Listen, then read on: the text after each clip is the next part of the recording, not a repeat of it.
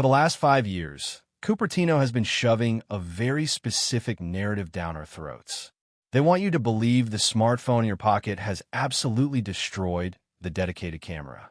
We are constantly told point-and-shoots are ancient history and that computational photography is the only way forward. But what if I told you the ultimate iPhone Pro Max killer isn't an Android phone, but a pocket-sized metal box that literally defies modern engineering? I know that sounds like clickbait, but a massive wave of international certification leaks just hit the internet, and the wind is rapidly shifting in the tech world. The absolute king of premium compact cameras is quietly preparing for a historic comeback, and it honestly threatens the entire smartphone photography market.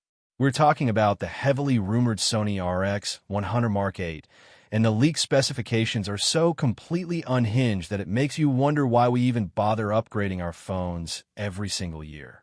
Ever since the previous generation model dropped, the creative community has been stuck in absolute limbo. Travel vloggers and casual creators have been begging for a modern update while paying the Apple tax just to get a slightly better camera on their daily driver. But the wait might finally be over, and honestly, I will believe it when I see the physical hardware, but the supply chain evidence is piling up fast. We're not just guessing here. Everything we are discussing comes from highly reliable supply chain tracking, and guys like Ming-Chi and Mark Gurman have been hinting at major shifts in how camera components are being sourced across the industry. When you cross-reference that with recent reports from Macotacra and the ELEC, the puzzle pieces start fitting together perfectly. Let's start by looking at the absolute heart of this leaked camera because it directly exposes the biggest weakness of every modern smartphone. According to the latest leaks from DG Times, this upcoming pocket camera is expected to feature a brand new 1-inch stacked CMOS sensor. To truly understand why this matters, we have to look at how Apple and others currently handle sensors. On your phone, you have a tiny sensor relying heavily on software processing. In a standard sensor, the pixels and the processing circuits sit side by side, creating a massive bottleneck because data has to travel across the chip. A stacked sensor completely changes the rules of geometry. The memory chip is placed directly beneath the light-collecting pixels. This incredibly short distance means the camera can read light data at mind-blowing speeds. But a powerful sensor is completely useless without a strong brain to control it.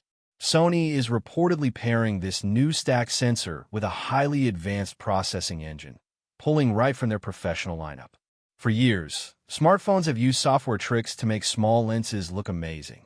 Now, a dedicated camera is about to use those same software tricks, but with a physically superior lens and a massive sensor.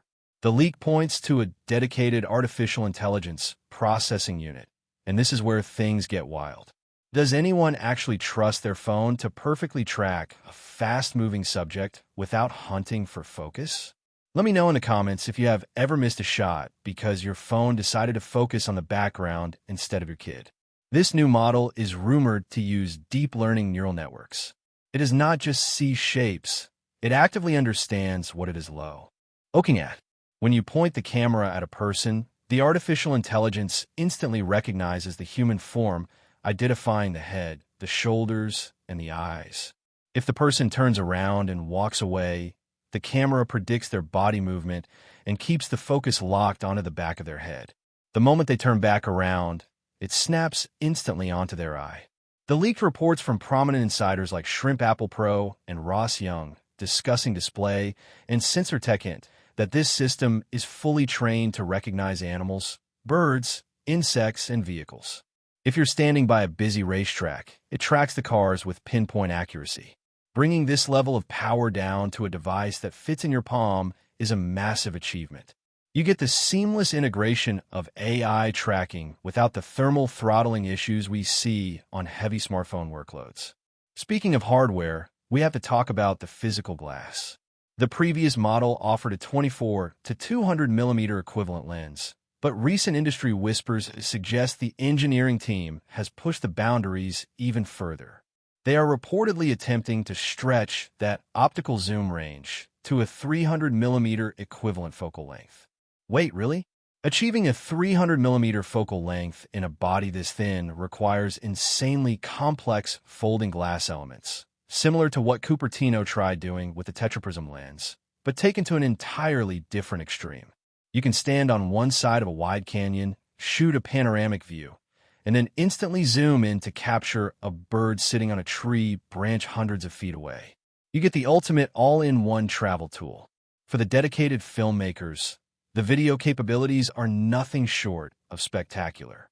Leaks heavily suggest the camera will deliver 4K recording at 120 frames per second. Alongside this raw speed, we are looking at vastly improved electronic image stabilization working in perfect harmony with the physical optical stabilization. You get cinematic steady footage without requiring a bulky external gimbal. Even more importantly, the rumors point to the inclusion of S-Log3.